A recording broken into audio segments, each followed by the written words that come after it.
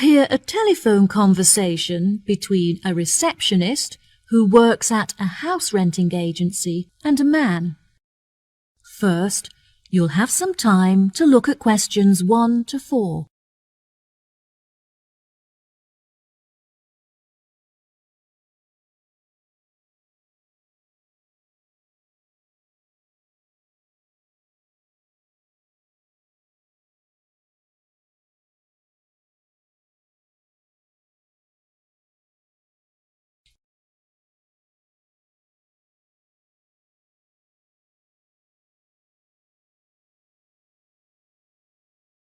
Listen carefully and answer questions 1 to 4. Hello, how can I help you today? Yes, hello. I'm just phoning you as I have seen an advertisement on your website for a property that I'm interested in renting. If possible, I'd like to find out some more information before I organise a viewing. No problem at all. What is the address of the property that you'd like to inquire about? It's 21 North Avenue. Okay, what is it that you'd like to know?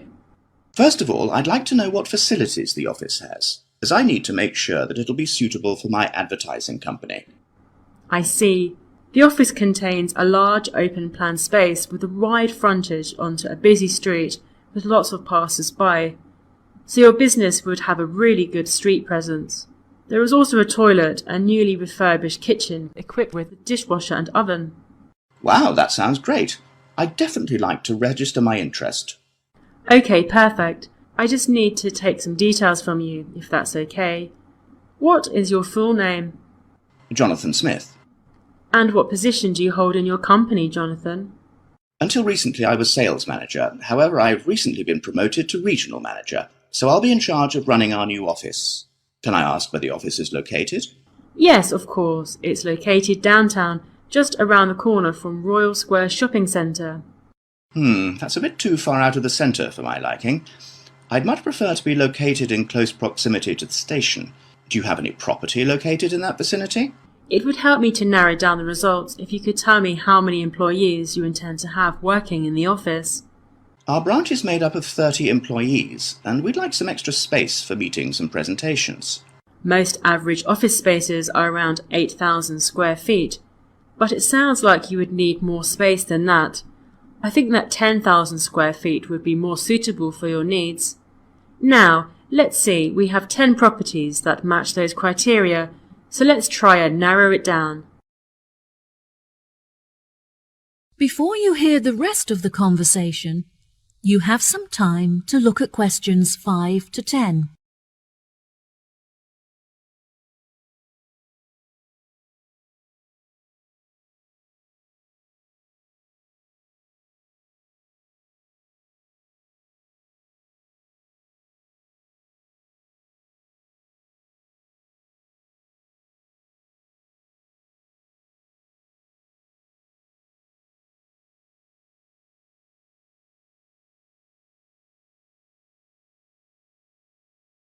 Now listen and answer questions 5 to 10.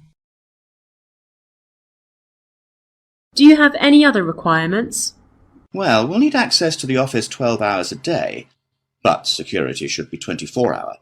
We don't hold any money on the premises, but it's crucial that we protect our customer information against theft. Okay, anything else? Yes, ideally I would prefer the new office to be split over 2 levels, so that the working office area is kept separate from street level. That will enable us to locate a reception at ground floor level to welcome customers when they arrive. And are there any particular facilities that you need? Our employees work very hard throughout the day, and I want to make sure that they're well nourished. It would therefore be ideal if I could provide them with a kitchen to cook hot meals at lunchtime. Would you want the kitchen to be located at first floor level with the office? No, I don't want the office to be filled with the smell of food. It would be better if the new office had a basement where we could locate the kitchen and staff room area to keep it at arm's length from the workspace. Okay, I have now narrowed the search to 2 available properties. Do you have any other requirements that could narrow our search down to 1 result? All of our office staff will be working at desktop computers, so I'll need the office to be equipped with at least 40 power sockets if possible. Anything else? Studies have shown that exercise is very important for maintaining happiness and healthy brain function. In an office environment, it's very difficult to get sufficient daily exercise, so it would be great if they had access to a nearby exercise area. One of the available offices is located next door to a gym. Would this be suitable? Yes, absolutely. A gym is exactly what I was thinking of. Brilliant. Do you need the office to be furnished? I don't think so. I already have some furniture, so I would prefer to bring this myself. That's no problem at all. And before I forget, we will definitely require Wi-Fi access, as much of our work and customer recruitment is carried out online. No problem. It sounds like the property will suit your needs perfectly. I've taken the liberty of booking you a viewing at 3 p.m. on Thursday, so you can see it for yourself. Is there anything else I can help you with today? No, I think that's all the information I need. Thanks very much for your help. No problem. It's been my pleasure to be of assistance. Goodbye. That is the end of part 1. You now have half a minute to check your answers.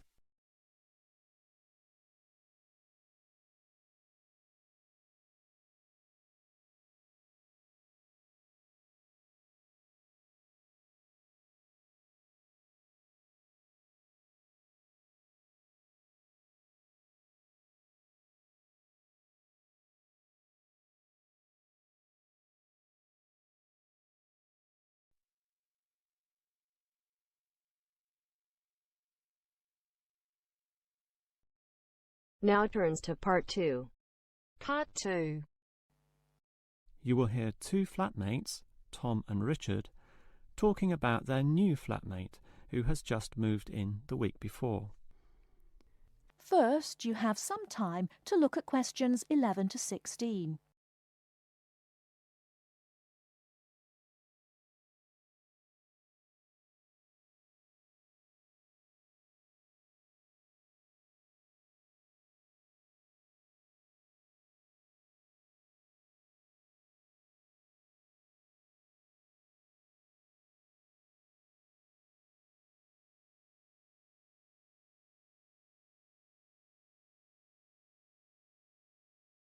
Now, listen carefully and answer questions 11 to 16.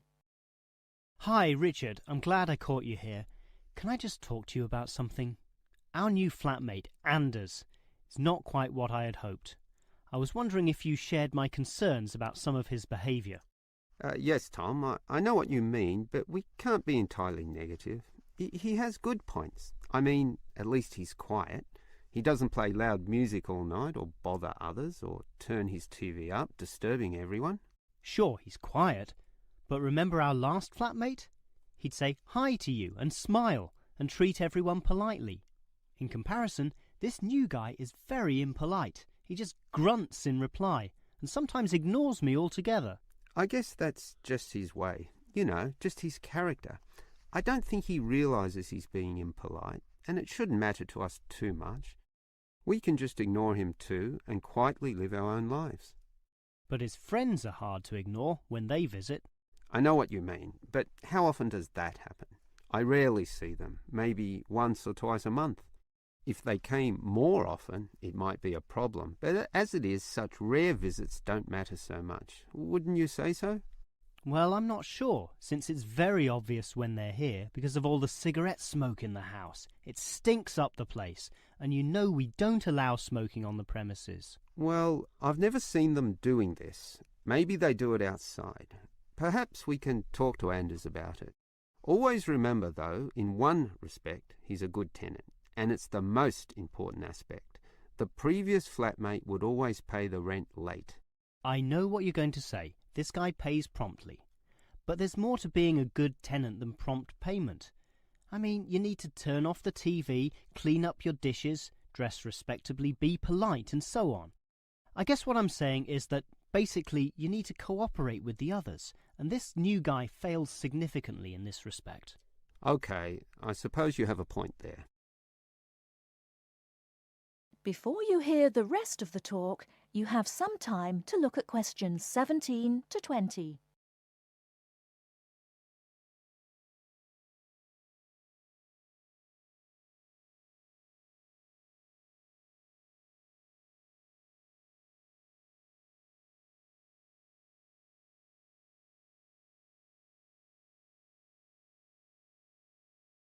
Now listen and answer questions 17 to 20. I tell you what, Tom, why don't we talk to our new flatmate, Anders, about these issues? If we throw him out, we'll have to go to all the trouble of finding another flatmate who might not necessarily be much better. So, let's give the current guy a chance. Here, I've got a piece of paper, so let's make a short list of issues to discuss with him. Get it out into the open. Sure, we'll give him one more chance. So write communication, and let's tell him to... Well, we can't change a person's personality overnight. So why don't we have a weekly tenants meeting and we can just ask him to attend. That way we can get to know him better. I'll write attend meeting and we can take it from there. OK, but we have to tell him about his friends. They can't just do whatever they want. Write a heading friends and then write don't smoke anywhere, inside or outside. Well, instead of being so direct and possibly causing offence, I'll just write follow rules and verbally mention the rules. TV off by 10 p.m, no loud music or bad behaviour, including smoking. OK, do that, but I still think we need to specifically mention that last issue. You know how I can't stand the habit. So I'd like this to be another and separate point. Cigarettes, strictly forbidden. And it's important to include the strictly here. We can't pussyfoot around too much. Sometimes directness is necessary. OK, I'll write that. Forbidden. OK. And what about cleaning duties? Anders is a little too relaxed about that. Dishes are sometimes not washed, dirty teacups are left around the place, and so on. So, write, must do better. Yeah, again, Tom, he might take that personally and it could cause a scene. I'd rather be general. I'll write must be done and I'll tell him that that's for everyone, not just him. OK? OK, as long as he gets the message. That is the end of part 2. You now have half a minute to check your answers.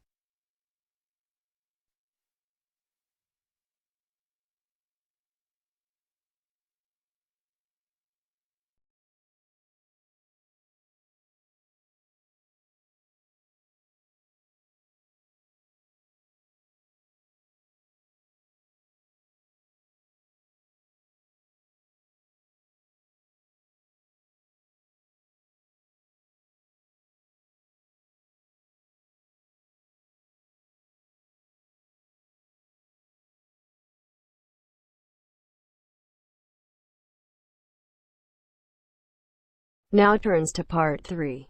Part 3.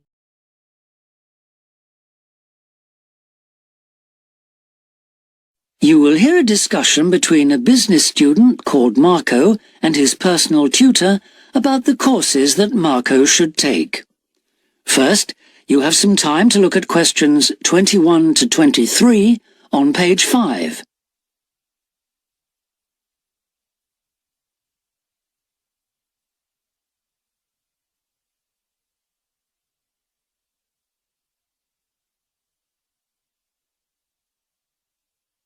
Now listen carefully and answer questions 21 to 23. Hi, Marco. Come in. Thanks. I've got a bit stuck trying to select courses for next semester. Could you help me, please? Of course. Sit down. Oh. First of all, most people just go for the areas of business that they're interested in, but even if something doesn't look very stimulating, it's important that you can use it once you get a job. It's not much good choosing areas that aren't going to be helpful later on. Right. I want to go into management, so I'll need to think about that. And should I start specialising in a particular area yet? I don't think that's wise at this stage. It's better to aim for a wide variety of subjects, especially as management covers so many possibilities. You shouldn't be limiting your choices for later on. Yes, I see. You should also look at how the course is made up. Will you have regular seminars and tutorials, for example, as well as lectures? OK. Some of the lecturers are quite big names in their fields, aren't they? Mm-hmm. Should I aim to go to their courses? Well, remember that the lecturers who aren't well known may still be very good teachers. I'd say we have a consistently high standard of teaching in this department, so you don't need to worry about it. Before you hear the rest of the discussion, you have some time to look at questions 24 to 30 on pages 5 and 6.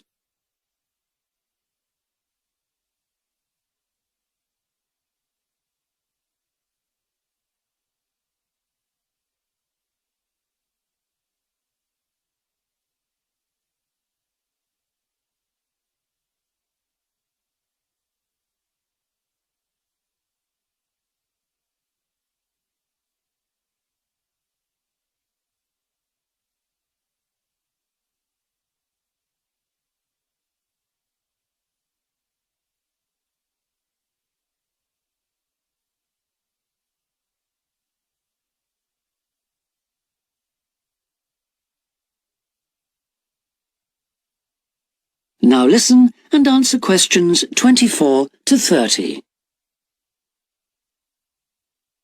Good. Well, that's a great help. Now, last time we met, you mentioned doing team management, didn't you? That's right. I'm still quite keen on the idea. The trouble is that because of changes in the content of various courses, team management overlaps with the Introduction to Management course you took in your first year. So what you learned from it would be too little for the amount of time you'd have to spend on it. I'll drop that idea then. Have you had a chance to look at the outline I wrote for my finance dissertation? I left it in your pigeonhole last week. Yes. Why exactly do you want to write a dissertation instead of taking the finance modules? It'll be pretty demanding. Well, I'm quite prepared to do the extra work because I'm keen to investigate something in depth, instead of just skating across the surface. I realise that a broader knowledge base may be more useful to my career, but I'm really keen to do this. Right. Well, I had a quick look through your outline, and the first thing that struck me was that you'll have to be careful how you set about it, as the way you've organised it seems unnecessarily complex. The data that you want to collect and analyse is potentially valuable, but you'll need to narrow down the subject matter to make the whole thing manageable. Okay. I'll have another look at it. I was talking to Professor Briggs about it yesterday, and I got some more ideas then. For part of the dissertation, I was thinking of trying to persuade finance managers from 3 or 4 companies to let me ask them about their company finances. If not, I think I'll have to change to another topic. Well, go ahead then. I could give you some names. Thanks. Now, let's talk about practicalities. Your dissertation must be finalised by the end of May, so you should aim to finish the first draft by the end of March. Is that feasible? Yes, it shouldn't be a problem. I'll need to register for the dissertation, won't I? Is that with the registrar's department? No, it's internal to this department, so you just need to let the secretary know. Do that as soon as you're sure you're going to write the dissertation. Okay. Then, to analyse your statistics, you're going to need some suitable software. If I were you, I'd drop into the computer office and ask them for a copy. Right. So, if I revise my outline...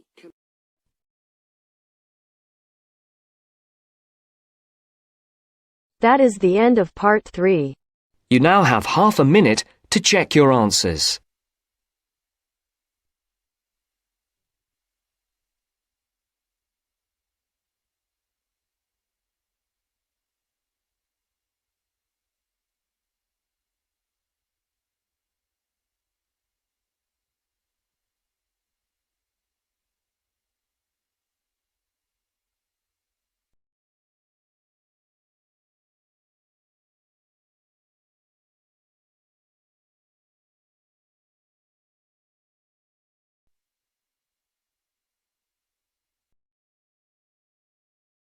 Now turns to part 4. Part 4. First, you have some time to look at questions 31 to 40.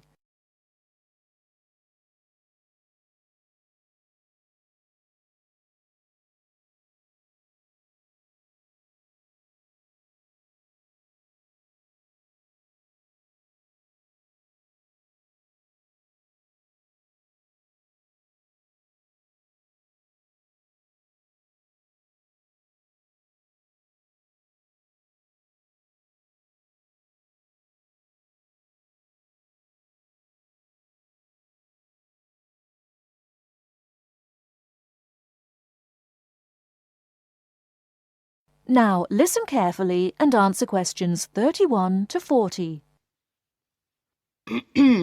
Last week we looked at some of the features of modern houses, and today we're going to turn the clock back and look at traditional house design. I've chosen to start with Samoa, which is part of a group of Polynesian islands in the South Pacific Sea, because the influence of culture and weather on house design is quite clear there. So let's have a look at, first of all, at the overall design of a traditional Samoan house. Now, these days, houses in Samoa have become more modern and are usually rectangular. But traditional designs were round, or sometimes they were oval in shape. Here's a picture. This traditional style is still used, often for guest houses or meeting houses, and most Samoan villages have at least one of these buildings. As you can see, there are no walls, so the air circulates freely around the house. Samoa is a place that experiences high temperatures, but the open design of the house also reflects the openness of Samoan society. If the occupants want shelter, there are several blinds made of coconut leaves that can be lowered during rainy or windy weather. Or indeed, the blinds can also be pulled down if people want some privacy. The foundations of the house, that's the part beneath the floor, are raised slightly. In the past, the height was linked to the importance of the occupants, which we'll talk about another time. However, the floor of the house was usually covered with river stones. Today, we have a range of methods for balancing the temperature inside a building, but the stones on the floor of a Samoan home are ideal for cooling the building on hot days. Now, let's have a close look at the roof. This, as you can see in the picture, is dome-shaped and traditionally thatched or covered with leaves from the sugarcane. That's an established crop in Samoa. This was a job for the women, and it involved twisting the leaves and then fastening them with a thin strip of coconut leaf before fixing them to the roof in several layers. Now, the shape of the roof is important. You can see that the sides are quite steep, and that's done so that the rain falls straight to the ground without moisture going through the leaves and causing leaks or dampness inside the house. Then you'll notice how high the top of the roof is. This is a way of allowing heat to rise on sunny days and go through the thatching, thereby cooling the house. So, how does the house stay upright? Well, there are a number of evenly spaced posts inside. They encircle the interior of the building and go up to the roof and support the beams there. They're also buried, usually about 1.5 meters in the ground to keep them firm. These posts are produced using local timber from the surrounding forests. They're cut by men from the family or village, and the number varies depending on the size and importance of the house. Now, these posts were a very significant part of Samoan culture and did much more than hold up the roof. When there were meetings, people sat with their back to certain posts, depending on their status in society. So there were posts for chiefs, according to their status, and posts for speakers, and so on. And ordinary people sat around the side on mats. The last area I want to look at today is the attachment of the beams and posts, what you call fixing the construction. Traditionally, no nails or screws were used anywhere in such a building. Instead, Coconut fibres were braided into rope to fix the beams and posts together. The old people of the village usually made and plaited the rope. This was a lengthy process. An ordinary house used about 40,000 feet of this rope. And as you can see in this picture, the rope was pulled very tightly and wound round the beams and posts in a complex pattern. And in fact, the process of tying it to the beams so that it was tight and strong enough to keep them together is one of the great architectural achievements of Polynesia. That is the end of part 4. You now have half a minute